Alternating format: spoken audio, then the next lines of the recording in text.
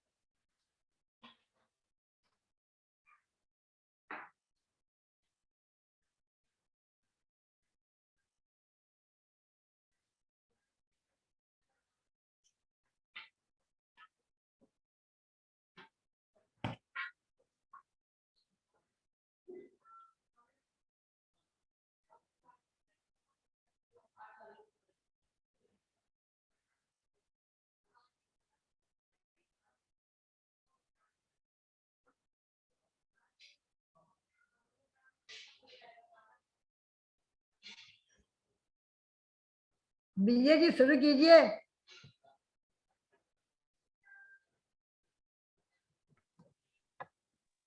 हाँ जय जिनेन्द्र सभी को। जय जिनेन्द्र शुरू कीजिए। 5, 9, 10 हो रही है। हाँ ये नेट मेरा सब बार बार खराब हो रहा है ना, इसलिए मैं कुछ नहीं बोल रही हूँ। और कोई जेटी भाई साहब, मंजू दीदी, कोई भी शुरू कीजिए। जेटी भाई साहब शुरू कीजिए। हाँ कोई भी शुरू कीजिए। कल कहाँ तक आए थे हम लोग? मंगलाचरण शुरू कीजिए। कल मैं नहीं था क्लास में।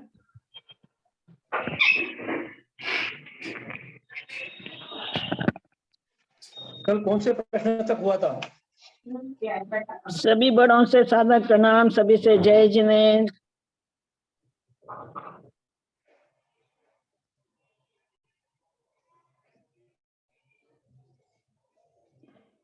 विजया दीदी कल कहाँ तक किया था हमने?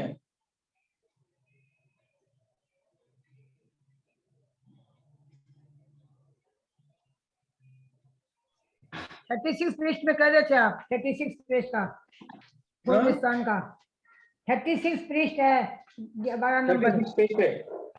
हाँ 12 नंबर। ठीक है। सभी को जय जिनेन्द्र।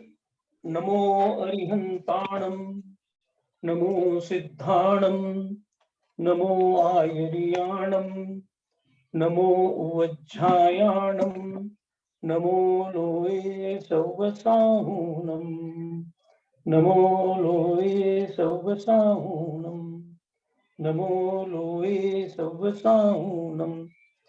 कितना तुम चल कर आए हो, कितना चलना बाकी है, कितना साध चुके निज को तुम, और साधना बाकी है।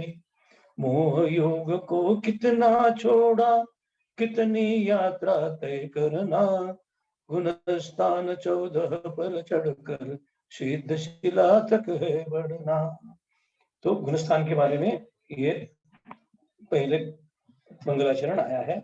अब हम पेज नंबर 36 पर प्रश्न नंबर 12 ये पढ़ने जा रहे हैं। सम्यक दृष्टि जीव मरण करके कहाँ उत्पन्न होते हैं। अब इस प्रश्न में यह चर्चा हो रही है कि यदि किसी ने सम्यक दर्शन प्राप्त कर लिया हो और सम्यक दर्शन में ही उसका मरण हो रहा हो तो वो कहाँ कहाँ जा सकता है। सम्यक दृष्टि मनुष्य मरण करके वैमानिक देवों में उत्पन्न होते हैं। मतलब सम्यक दृष्टि यदि मृत्यु को प्राप्त होता है तो नियम से वो ऊर्ध्वलोक में ही पैदा होगा और वैमानिक देवों में पैदा होगा। सम्यक दृष्टि देव मरण करके कर्म भूमि के मनुष्यों में उत्पन्न होता है। सम्यक दृष्टि मनुष्य यदि मरण करता है तो मरण वापस मनुष्य ही बनता है। इसका अर्थ ये हो गया अभी कि वो स्वर्ग में जाएगा या कर्म भूमि का मनुष्य बनेगा। सम्यक दृष्टि तिर्यंच बनना भैया जी, सम्यक दृष्टि देव मरण हाँ वही सम्यक दृष्टि देव मरण करके कर्म भूमि में जाएगा। हाँ, मनुष्य मरण करके देवों में जाएगा और देव मरण करके मनुष्य में आएगा। सम्यक दृष्टि तिर्यंच मरण करके वैमानिक देवों में उत्पन्न होते हैं। यदि वो तिर्यंच है तो वो वैमानिक देव बनते हैं। सम्यक दृष्टि नारकी मरण करके कर्म भूमि के मनुष्यों में उत्पन्न होते हैं। यदि कोई सम्यक दृष्टि नारकी मरण प्राप्त करता है तो वो नियम से मध्यलोक में मनुष्य बनेगा, कर्म भूमि का मनुष्य बनेगा। यदि किसी जीव ने मिथ्यात्व अवस्था में नरकायु का बंध कर लिया हो और वे क्षयिक सम्यक दर्शन प्राप्त हुआ हो, ऐसे जीव प्रथम नरक में उत्पन्न होते हैं। यहाँ ये आया है विशेष कि भाई उसने सम्यक तो प्राप्त करने से पहले उसका यदि आयु का बंध हो गया है तो उसको मरण के बाद उस आयु में ही जाना है। यदि वो तिर्यंच नरक का आयु प्राप्त करता है, बंध लेता है मिथ्यात्व के सम्यक्त्व के पहले, तो उसको बाद में सम्यक दर्शन होता है। तो यदि वो क्षयिक सम्यक दृष्टि है तो वो प्रथम नरक में ही उत्पन्न होगा। राजा श्रेणिक का एग्जाम्पल, उनका उदाहरण हमारे सामने है कि उन्होंने पहले नरकायु का बंध कर लिया था, बाद में तीर्थंकर के पादमूल में क्षयिक सम्यक दृष्टि हो गए और क्षयिक सम्यक दृष्टि होने के कारण उनका मरण होने के बाद में वो प्रथम नरक में अभी अपनी आयु भोग रहे हैं। यदि किसी जीव ने मिथ्यात्व अवस्था में मनुष्य या तिर्यंच आयु का बंध कर लिया हो और बाद में सम्यक दर्शन प्राप्त हुआ हो, ऐसे जीव भोग भूमि के मनुष्य या तिर्यंचों में उत्पन्न होते हैं। अब हमने ऊपर ये देखा था कि भाई सम्यक दृष्टि मनुष्य जो है वो स्वर्ग में उत्पन्न होता है, लेकिन यदि उसकी आयु पहले बन गई है, तिर्यंच आयु या मनुष्य आयु, ये दो आयु बन गई है, नरकायु का बंध हो गया तो नरक में जा रहा है, और तिर्यंच आयु और मनुष्य आयु का बंध यदि हो रहा है तो ऐसा मनुष्य भोग भूमि में मनुष्य या तिर्यंच बनेगा, कर्म भूमि में नहीं आएगा वो। तो जो मिथ्यात्व अवस्था में आयु का बंध कर लेते हैं और बाद में सम्यक दर्शन प्राप्त होता है, ऐसे मनुष्य और तिर्यंच मरकर भोग भूमि में उत्पन्न होंगे। अब इसके ऊपर और किसी को कुछ बोलना है तो बोलेंगे पहले।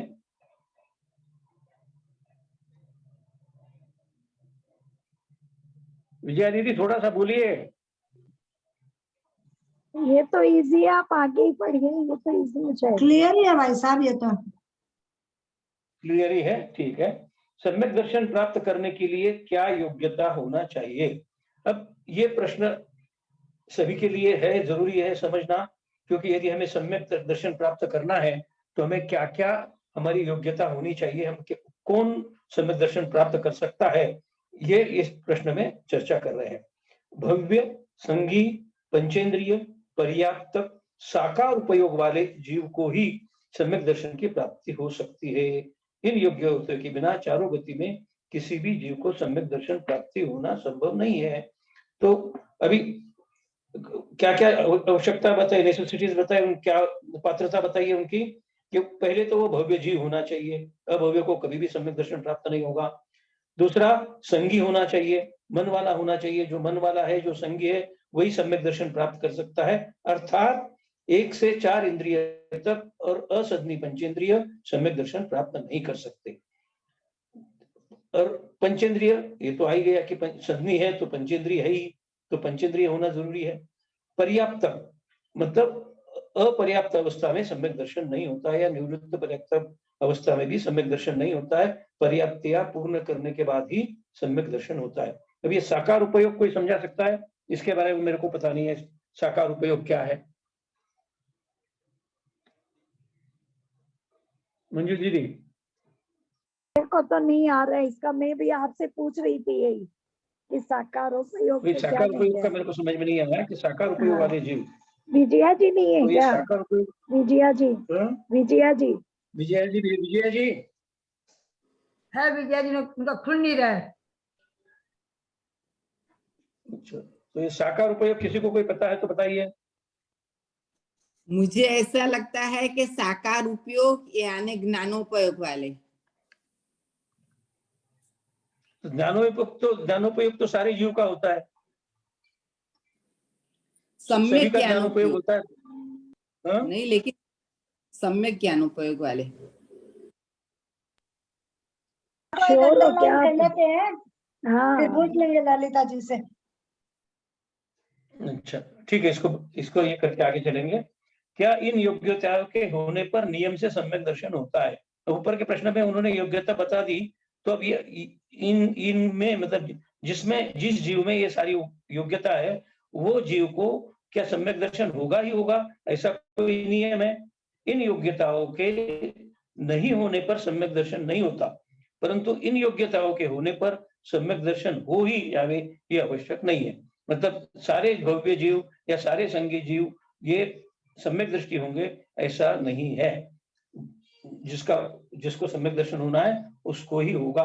सारे पंचेंद्रियों को या सारे संगी जीवों को या सारे भव्य जीवों को सम्यक दर्शन होना जरूरी नहीं है, लेकिन ये कंडीशंस सम्यक दर्शन होने के लिए जरूरी है। जिसको सम्यक दर्शन हो रहा है वो नियम से भव्य है, संगी है, पंचेंद्रिय है, पर्याप्तक है। लेकिन सारे भव्य जीव, सारे संगी जीव, सारे पंचेंद्रिय जीव, सारे पर्याप्तक जीव, इनको सम्यक दर्शन प्राप्त होगा ही, ऐसा कोई नियम नहीं है। अगला प्रश्न पढ़िए आप, आप पढ़िए सरला जी, श्वेता जी, पढ़ रही हूँ। क्या कोई जन्म भी पढ़िए, लेते मंजू दीदी ही पढ़े, कोई भी पढ़े। क्या जन्म लेते ही सम्यक दर्शन प्राप्त किया जा सकता है? जन्म लेते ही सम्यक दर्शन प्राप्त नहीं हो सकता है। भिन्न भिन्न जीवों को सम्यक दर्शन की प्राप्ति में आपका भी नेट काम नहीं भिन्न कर भिन्न समय लगता है। रहा, आपका नेट काम नहीं कर रहा है ठीक से, अच्छा, आपका नेट काम नहीं कर रहा है, टूट टूट की आवाज आ रही है। ठीक नहीं, है बहुत मंजू बढ़िया बोलो। से आ रही है आवाज, तो बहुत अच्छे से आ रही है। हाँ एकदम अच्छा। मेरे तो सूतक का वैसा मेरा हाथ ही नहीं लग रहा है। कर्म भूमि का मनुष्य 8 वर्ष अंतर मुहूर्त के बाद, कर्म भूमि का मनुष्य 8 वर्ष अंतर मुहूर्त के बाद, कर्म भूमि का गर्भज तिर्यंच 2 माह के बाद, उत्तम भोग भूमि के मनुष्य तिर्यंच 21 दिन के बाद, मध्यम भोग भूमि के मनुष्य और तिर्यंच 35 दिन के बाद, जगन्य भोग भूमि के मनुष्य व तिर्यंच 49 दिन के बाद, देवगति के जीव पर्याप्तक होने के अंतर मुहूर्त बाद, नरक गति के जीव पर्याप्तक होने के अंतर मुहूर्त बाद। समझाइए भाई साहब। तो इस तरह हमको ये समझ में आ रहा है कि कर्म भूमि का जो मनुष्य है उसको ही सबसे लेट सम्यक दर्शन प्राप्त हो सकता है जन्म के बाद। मतलब जन्म के बाद वो 8 वर्ष अंतर्मुहूर्त तक वो सम्यक दर्शन प्राप्त नहीं कर सकता, उसके बाद ही सम्यक दर्शन प्राप्त होता है। इसके लिए जब भी हम कर्म भूमि के मनुष्य के बारे में सम्यक दर्शन की स्थिति घटाते हैं तो हम हमेशा उसमें से 8 वर्ष और एक अंतर्मुहूर्त तक कम करके बाद में ही घटाते हैं। तीर्थंकर को भी 8 वर्ष और एक मुहूर्त के बाद ही वो संयमी हो सकते हैं। और कर्म भूमि के जो बाकी सबकी जो समय दी है तो वो तो एक हम समझ में आ गई कि भोग भूमि, उत्तम भोग भूमि, जगन्य भोग भूमि, इनकी सीमाएं उन्होंने दी है। देवगति और नरक गति दोनों ही जीव पर्याप्तक होने के बाद अंतर्मुहूर्त के बाद ही उनको सम्यक, मतलब सबसे जल्दी यदि किसी को सम्यक दर्शन होना है किसी गति में, देवगति में और नरक गति में सबसे पर्याप्त होते ही उनको सम्यक दर्शन हो जाएगा। जगन्य भूमि में तो 50 दिन लगेंगे, 35 दिन लगेंगे, 21 दिन लगेंगे, 2 माह लगेंगे, और कर्म भूमि में 8 वर्ष लगेंगे। लेकिन देवगति और नरक गति में पर्याप्त होते ही सम्यक दर्शन हो सकता है। भाई साहब सम्यक दृष्टि, तीर्थंकर तो जन्म से एक शाही सम्यक भी होते हैं ना, हाँ सम्यक को, तीर्थंकरों। तो वो अपन ये जो मतलब अपना साधारण स्टेटमेंट ये है। अब जब विशेष में जाएंगे तो हाँ, तीर्थंकरों को वो उनको अवधि ज्ञान तो जन्म से ही होता है, सम्यक दृष्टि तो जन्म से ही होते हैं, लेकिन वो हाँ। संयमी जो है, हाँ, वो संयम की अपेक्षा दूसरी संयमी बात जो है वो 8 वर्ष के बाद बने। हाँ हाँ, पर क्षायिक सम्यक तो जन्म से ही होता है उनको हाँ। शायद। वो सम्यक तो जन्म के साथ ही रहता है, छाइक तो लेके नहीं सम्यक जाते हैं तो ना जन्म के actually। साथ ही रहता है, लेकिन हाँ तो लेकिन यहाँ जो कर्म भूमिका मनुष्य 8 वर्ष मूर्त के बाद जो वो बताया, संयम। अंतर्मूर्त के बाद, ये तो जनरल स्टेटमेंट है, सामान्य हाँ, स्टेटमेंट है। सम्यक दृष्टि की पहचान किन भावों से होती है, समझाइए आप। भाई साहब ये कर्म भूमिका गर्भज तिर्यंच 2 नंबर पॉइंट था ना, वो बताइए एक बार। यहाँ मेरे पे जो किताब है मेरे पास तो कर्म भूमिका तिर्यंच लिखा है 2 माह के बाद। हाँ कर्म भूमिका लेकिन हाँ अभी, लिखा तो वही है हमारी किताब हाँ, में भी, लेकिन अब लेकिन हमको ये ये किताब है समझना ना चाहिए, अंकल आपके पास, ये वाली? सबके वही किताब है, हाँ, मेरे भी सबके पास वही लिखी है लिखा है, ये। गर्भज अब नहीं लिखा इसका है। हमें ये समझना चाहिए कि यदि हम कर्म भूमि के तिर्यंच ये लिखते हैं केवल जैसा इसमें लिखा है, तो तिर्यंच तो 1 से 4 इंद्रिय वाली भी तिर्यंच है, तो इसके लिए यहाँ कर्म भूमिका तिर्यंच जो लिखा है इसके लिए हम गर्भज मान रहे हैं। समूर्छन जीवों के पंचेंद्रिय समूर्छन को भी नहीं होगा सम्यक दर्शन, हाँ, वही गर्भ बोल रहा से हूं मैं। पैदा होने वालों को।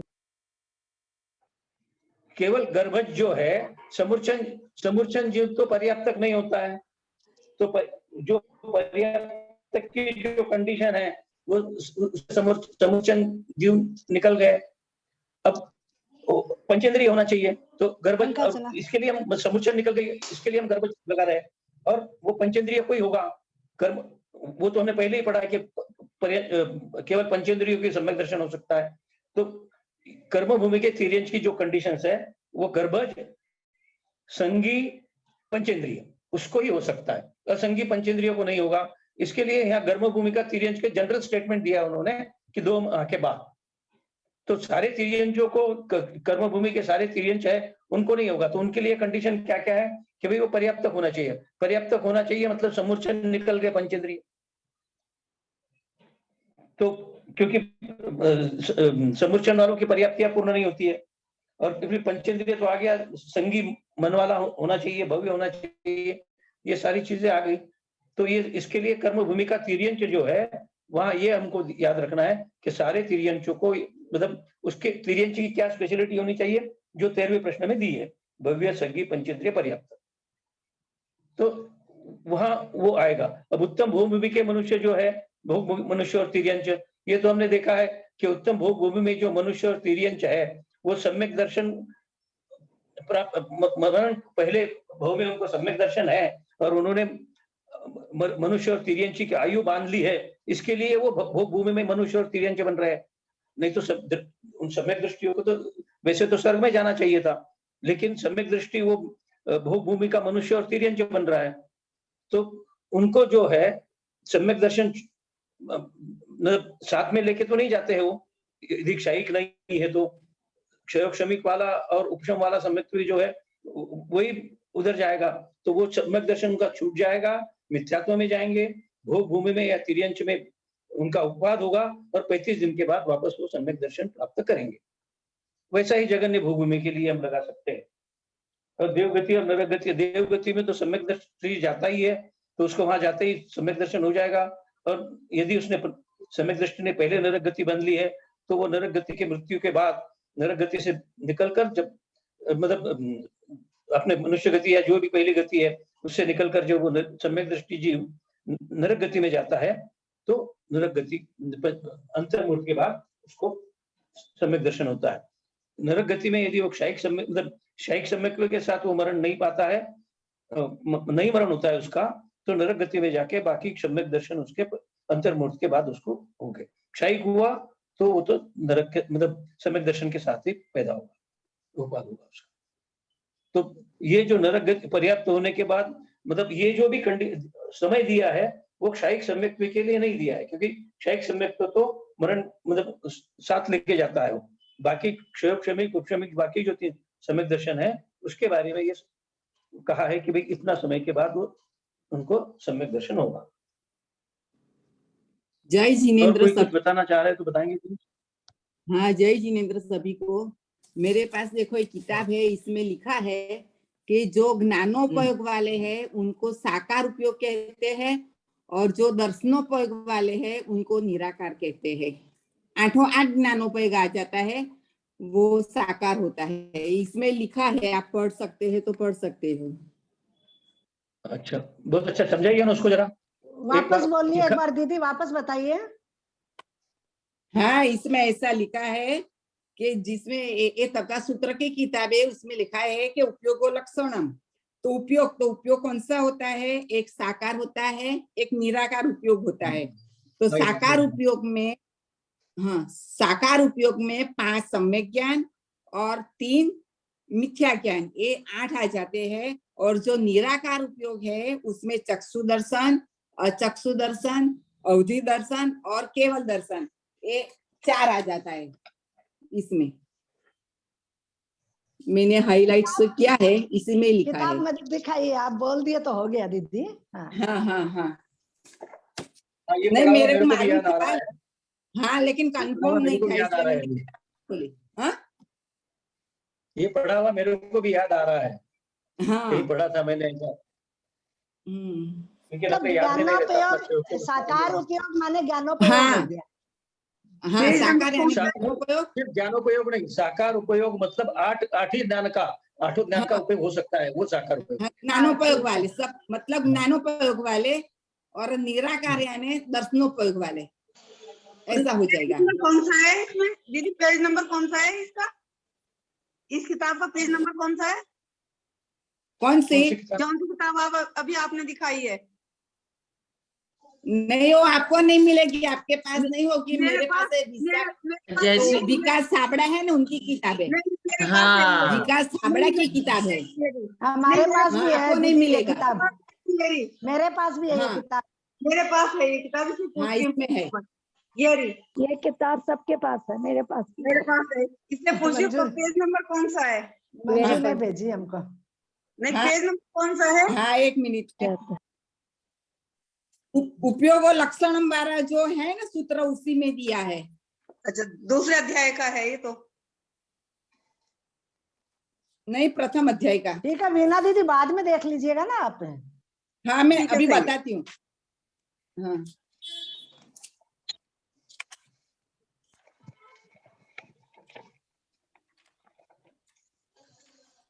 सम्यक दृष्टि की पहचान किन भावों से होती है? 27 नंबर का आ गया। सम्यक दृष्टि की पहचान 4 भावों से होती है: प्रशम, संवेग, अनुकंपा और आस्तिक्य। ये तो क्लियर ही है भाई साहब। ये आप एक एक लाइन में बता दीजिए इनका। जयश्री दीदी बताइए, जयश्री दीदी बताइए आप।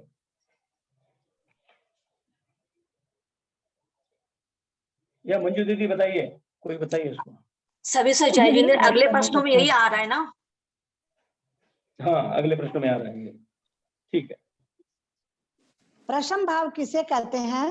प्रतिकूल निमित्त मिलने पर भी अपने परिणामों को क्रोधादि कषायों में उद्वेलित नहीं करना प्रशम भाव है। अपने से अपने परिणामों के विपरीत भी अपन को वो योग मिले क्रोध आदि के विषय आदि के लिए, तो भी उसको कषाय को अपन को दबा के रखना, उद्वेलित नहीं करना, ये प्रशम भाव। संवेग भाव किसे कहते हैं?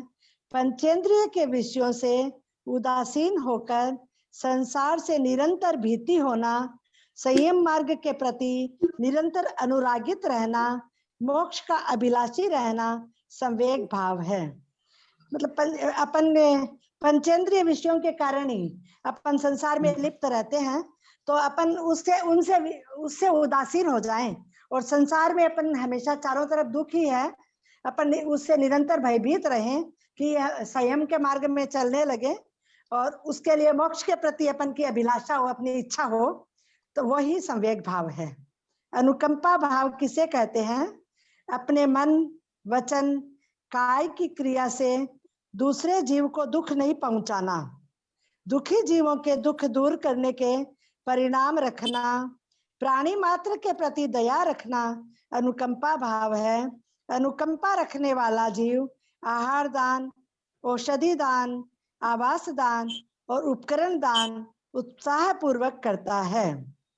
मतलब कोई भी अपन मन से, वचन से और काय से किसी भी जीव को दुख नहीं पहुंचाना, और कोई दुखी अगर जीव है तो उनके दुखों को दूर करने का अपन प्रयास करें, अपने मन में दया रखें और चारों प्रकार के दान हर्ष भाव से दें, तो वो ही अनुकंपा भाव है।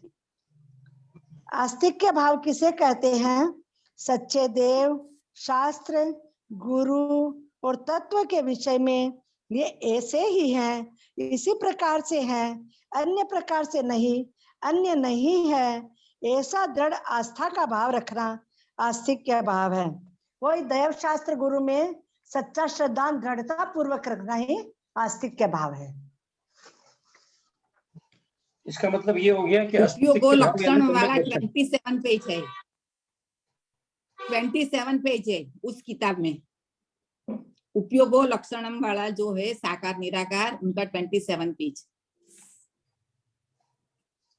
इसका मतलब ये 4 जो कंडीशन दी है, तो पहली कंडीशन जो है कि भाई प्रशम भाव रखना, मतलब क्रोधादि विषय के प्रसंग आने पर भी हम उद्वेलित नहीं होना, समता भाव धारण रखना, ये प्रशम भाव है कि सामने हमारे प्रसंग आया है कि हमको क्रोध आना चाहिए उस बात पर, लेकिन ऐसे समय में भी हमने मन को कंट्रोल में रखना, कषाय को उद्वेलित नहीं होने देना, ये प्रशम भाव है।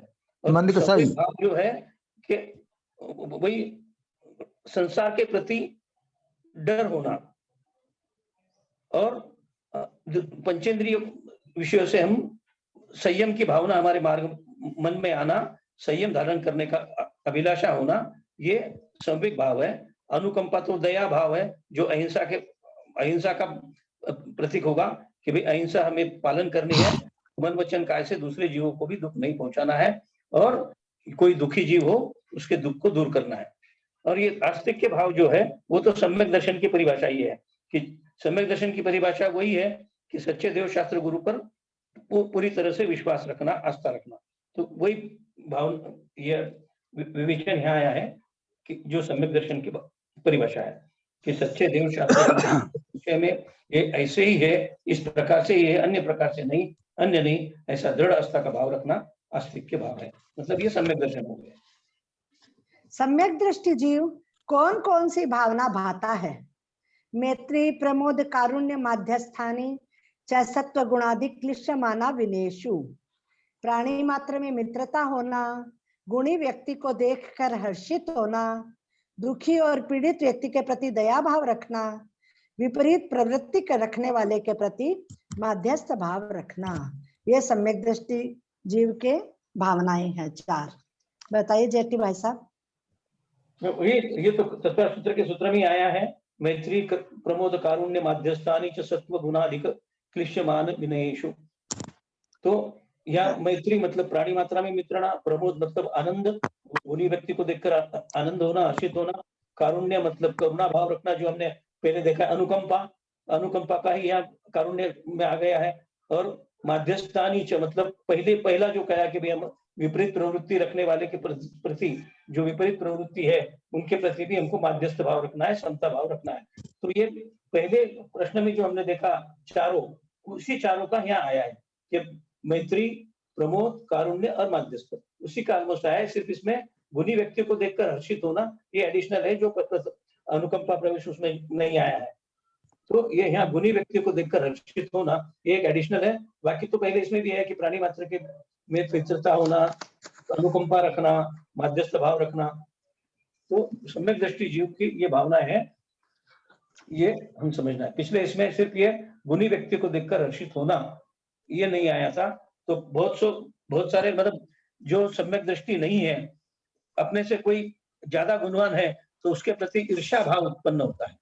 ये ईर्ष्या भाव उत्पन्न नहीं होने देना, और उन्हें देखकर, उन्हें मिलकर हमें प्रफुल्लता का अनुभव करना है, हमें हर्षित होना है। ये एक हमें ध्यान में रखना चाहिए।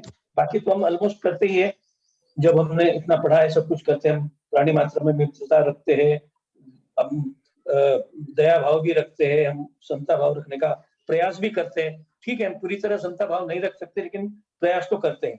लेकिन ये भी एक ध्यान रखना चाहिए कि हमारे से कोई ज्यादा गुणवान जो आदमी है, उसके प्रति हमको विनय भावना रहनी चाहिए और उसको देखकर हमें आनंद होना चाहिए। क्या सम्यक दर्शन प्राप्त करने के लिए अणुव्रत महाव्रत प्राप्त करना अनिवार्य है? नहीं, सम्यक दर्शन प्राप्त करने के लिए अणुव्रत महाव्रत प्राप्त करना अनिवार्य नहीं है। इसमें तो हमें यही समझ में आ जाता है, हम अविरत सम्यक दृष्टि जो है चौथे गुण स्थान वाला, उसको हम सम्यक दृष्टि कह रहे हैं, तो उसने तो कोई अनुव्रत महाव्रत उसने पालन नहीं किए है। अनुव्रत पालन करने वाला पंचम गुणस्थानवर्ती है, महाव्रत धारण करने वाला मुनि है, ऊपर की गुणस्थानों वाला है। तो सम्यक दर्शन प्राप्त करने के लिए ये अनुव्रत या महाव्रत धारण करना ये जरूरी नहीं है। हम गुणस्थान के इसमें से पढ़े हैं, वही है यहाँ कि यदि हमको सम्यक दृष्टि बनना है तो हमें व्रत लेना जरूरी नहीं है। चौथे गुणस्थान वाला भी सम्यक दृष्टि है, तीसरे गुणस्थान वाला भी है, और दूसरे गुणस्थान वालों को भी हम साधारण सम्यक दृष्टि ही कहते हैं। तो सम्यक दृष्टि होना और व्रत धारण करना, इसका कोई आपस में संबंध नहीं है। हाँ, ये जरूरी है कि जिसने व्रत धारण कर लिया वो डेफिनेटली सम्यक दर्शन है। सम्यक दर्शन के बाद ही सम्यक चारित्र आएगा, लेकिन जो सम्यक चारित्र ही होना जरूरी नहीं है उसके लिए। तब तो सम्यक दृष्टि जीव अणुव्रत महाव्रत से कोई प्रयोजन नहीं रखता होगा। जिसे अणुव्रत और महाव्रत अच्छे नहीं लगते, या फिर अणुव्रती या महाव्रती अच्छे नहीं लगते, वे समझना सम्यक दृष्टि है ही नहीं। सम्यक दृष्टि जीव हमेशा भाव रखता है कि मुझे व्रत कब प्राप्त हो। जब तक वह अणुव्रती या महाव्रती नहीं बनता, तब तक वह वैसे ही छटपटाता है जैसे जल के बिना मछली। मतलब वो है तो नहीं अणुव्रती और महाव्रती, लेकिन उसके भाव हमेशा रहते हैं कि मैं कब महाव्रत और अणुव्रत धारण करूं। इसलिए ये सम्यक दृष्टि जीव को अणुव्रती और महाव्रती अच्छे बहुत लगते हैं। हम लोग की सभा में 100 जन रहेंगे तो उसमें से 2-4 के भाव बनते हैं कि मैं अनुव्रती और महाव्रती बनूं। एक बार सुबल सागर जी ने जब विधान करवाया था हावड़ा में, तो बोला था किसको किसको अनुव्रत महाव्रत लेने की इच्छा है, माता जी बनने की इच्छा है, मुनि महाराज बनने की इच्छा, सिर्फ 2 हाथ उठे थे, बस 2 भाव तो रहते हैं, लेकिन अपन क्या परिस्थितियों का बहाना ओढ़ लेते हैं।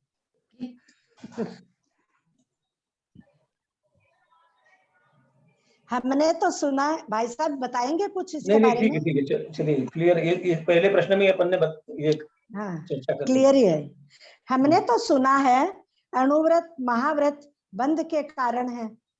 यदि अणुव्रत और महाव्रत को बंध का कारण मानेंगे तो संवर और निर्जरा का कारण क्या होगा? अणुव्रत और महाव्रत बंध के कारण नहीं, बल्कि अणुव्रती और महाव्रती को बंध होता है, ऐसा जानना। चूंकि व्रती के पास प्रमाद और योग होते हैं, इस कारण व्रती को बंध होता है।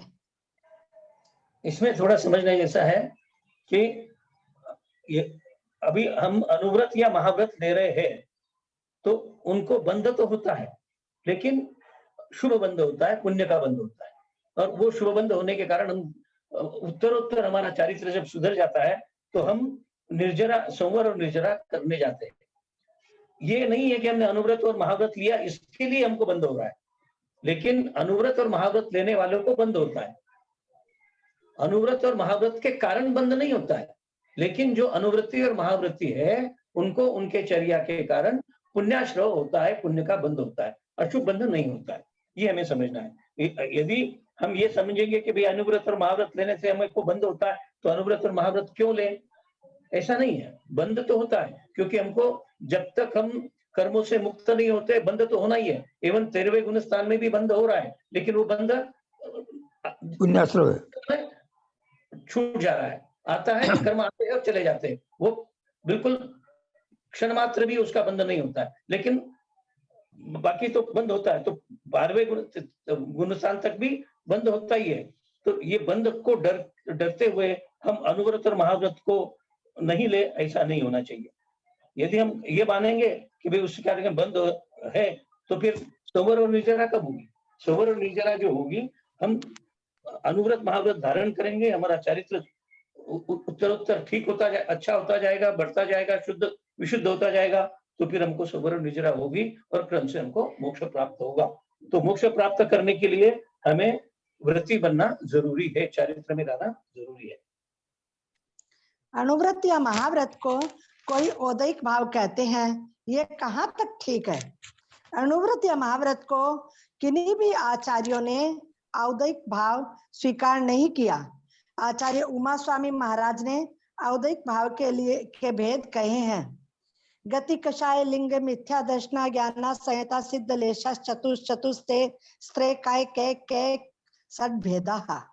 4 गति, 4 कषाय, 3 लिंग, मिथ्या दर्शन, अज्ञान, असंयत, असिद्धत्व और लेश्या, ये औदैक भाव के भेद हैं। इन भेदों में संयमा संयम या सकल संयम को कोई स्थान ही नहीं है।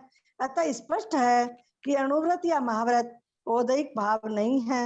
अनुव्रत या महाव्रत औदैक भाव नहीं, ये तो अगला आ गया, औदैक भाव नहीं है। क्लियर ही हो गया है। अनुव्रत या महाव्रत, अनुव्रत या महाव्रत औदैक भाव नहीं है तो कौन सा भाव है? अनुव्रत या महाव्रत छायोपशमिक भाव है। आचार्य उमा स्वामी महाराज ने तत्वार्थ सूत्र में कहा है, ज्ञाना ज्ञान दर्शन लब्धेश चतुस्त्री पंच भेद सम्यक्त्व चारित्र संयमा संयमाश्च। 4 ज्ञान, 3 अज्ञान, 3 दर्शन, 5 लब्धि, सम्यक्त्व, चारित्र और संयमा संयम, ये शायोपशमिक भाव है। बोलिए भाई साहब, शॉर्ट में एक बार बोलिए। जो पहले प्रश्न में आया है कि भाई अनुव्रत महाव्रत ये औदैक भाव है या नहीं है, तो ये कोई लोग मानते हैं कि औदैक भाव, अपने ऊपर पढ़ा है कि अनुव्रत महाव्रत वालों को बंद होता है।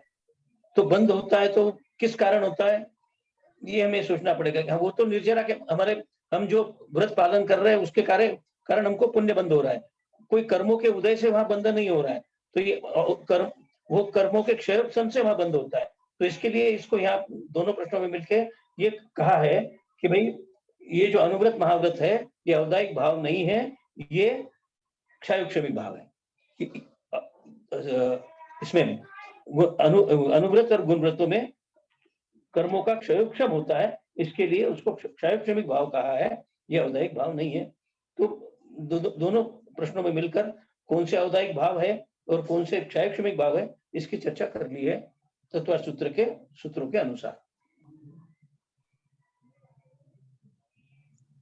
तो क्या क्षयोक्षमिक भाव संयमा संयम और सकल संयम ये बंध के कारण है? आचार्य कुंद स्वामी ने कहा है, मोक्ष कुर्वन्ति क्षयोक्षमिक शायिका त्रिधा बंध मौदयिका भाव निष्क्रिय परिणामिक है। क्षयोपशमिक, औपशमिक एवं शायिक भाव मोक्ष के करने वाले हैं, औदयिक भाव बंध के कारण है तथा पारिणामिक भाव निष्क्रिय है।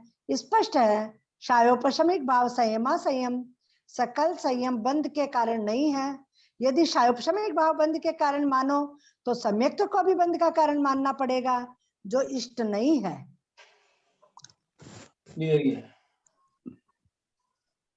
बोलिए भाई साहब। हाँ, ये तो सब क्लियर ही है। जो 5 भावों का जो अपनी परिभाषा पढ़ी थी, जो वही है कि भाई ये पहले 3 भाव जो है क्षयोक्षमिक, औपशमिक और क्षयिक, ये तो मोक्ष के परंपरा से मोक्ष के कारण है, और औदायिक भाव जो है वो परंपरा से बंध के कारण है, संसार के कारण है। और जो परिणामिक भाव है उसको कर्मों का कोई संबंध नहीं है, कर्म से निरपेक्ष है भाव। ये परिणामिक भाव जो है उसके लिए उसको निष्क्रिय भाव कहा है।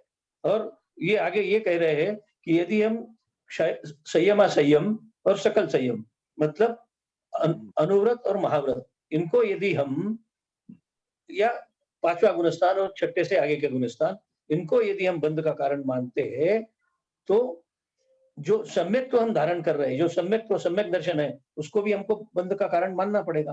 क्योंकि सम्यक दर्शन होने के बाद ही हमारे भाव, मतलब हम संयम संयम और सकल संयम में जाते हैं। तो यदि संयम संयम और सकल संयम को हम बंध के कारण मानते हैं, तो उसका जो कारण है, उसकी जो पूर्व स्थिति है, जो सम्यक दर्शन है, वो सम्यक्त्व है, उसको भी बंध का कारण मानना पड़ेगा। तो सम्यक्त्व तो बंध का कारण है ही नहीं। यदि इसको हम बंध का कारण मान ले, संयम असंयम और सकल संयम, तो सम्यक को भी बंध का कारण मानना पड़ेगा। तो ये तो इष्ट नहीं है हमारे लिए। ठीक। क्या समस्त औदैहिक भाव बंध के कारण है? बंध के प्रत्यय जहां तक है वहां तक औदैहिक बंध में कारण है। 14वें गुण स्थान में औदैहिक भाव मौजूद है, लेकिन बंध का प्रत्यय नहीं होने से वह औदैहिक भाव बंध का कारण नहीं है। ये अपने इसके पहले प्रश्न में हमने यही चर्चा की थी कि 13वें 14वें गुण स्थान में भी कर्मों का आश्रय तो है, लेकिन बंध का कारण नहीं मिलने से वो बंध नहीं हो रहा है। कर्म आते हैं और चले जाते हैं। तो बंध के प्रत्यय जहां तक है वहां तक औदायिक भाव औदायिक बंध में कारण है। आगे बंध नहीं बनते हैं, औदायिक भाव होते हैं लेकिन उसका बंध नहीं होता है। मेरे ख्याल से 9:45 हो गए हैं। अगला क्लास शुरू करना हो तो जिनवानी स्तुति कर ले। हाँ, अगली क्लास हो रही है क्या? कल हुई थी क्या? और कल तो नहीं है, 14 थी। कल तो चतुर्दशी थी इसलिए नहीं हुई थी। हाँ। तो अगला वो मंजू जिनवानी स्तुति बोल, कोई भी बोलिए। अरे मैं तो जा रही हूँ तिया में। नहीं फिर अगले क्लास के लिए यदि कोई मेंबर ना हो तो ये क्लास थोड़ा और 15 मिनट कंटिन्यू कर लेंगे। क्या पता, तो पहले कैसे पता चले? जी आई है क्या? क्या करना है? बोलनी है जिनवानी स्तुति। हाँ, यदर्थ मात्रा ये वाला।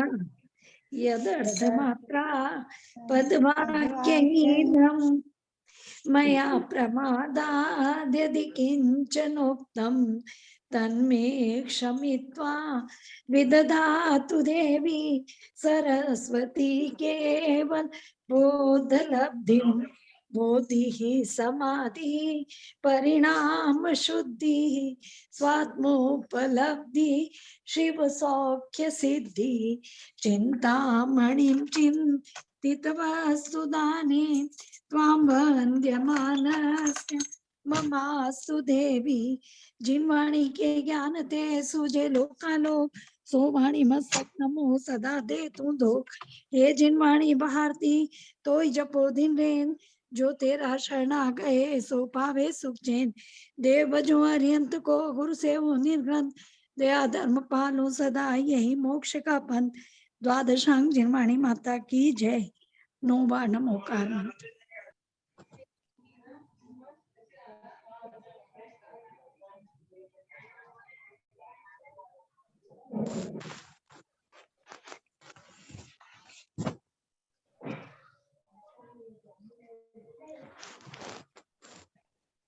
सभी को जय जिनेंद्र। सबको जय जिनेंद्र। अभी मैं जो भी कुछ एक्सप्लेन कर रहा हूँ, सब बड़ों को प्रणाम। जय जिनेंद्र। सबको जय जो जिनेंद्र। भी कुछ एक्सप्लेन कर रहा हूँ टूटी फूटी, इसमें मेरी बहुत सारी गलतियां हो सकती है। जिनवानी माता से मैं क्षमा मांगता हूँ और आप सभी से भी क्षमा मांगता हूँ। मेरा कहीं गलत हो रहा है तो मेरे को उसी जगह आप टोक कर ठीक कर दे, ये मेरी विनंती है। क्योंकि अपन तो मतलब आज विजया जी का नेट बराबर नहीं चल रहा है, इसके लिए मेरे को एक्सप्लेन करना पड़ा और आपने मेरे पे वो जिम्मेदारी डाली, लेकिन मेरी कुछ गलतियां हो रही होती ही होगी, तो मैं जिनवानी माता से भी क्षमा मांगता हूँ और आप सब लोगों से भी क्षमा मांग रहा हूँ।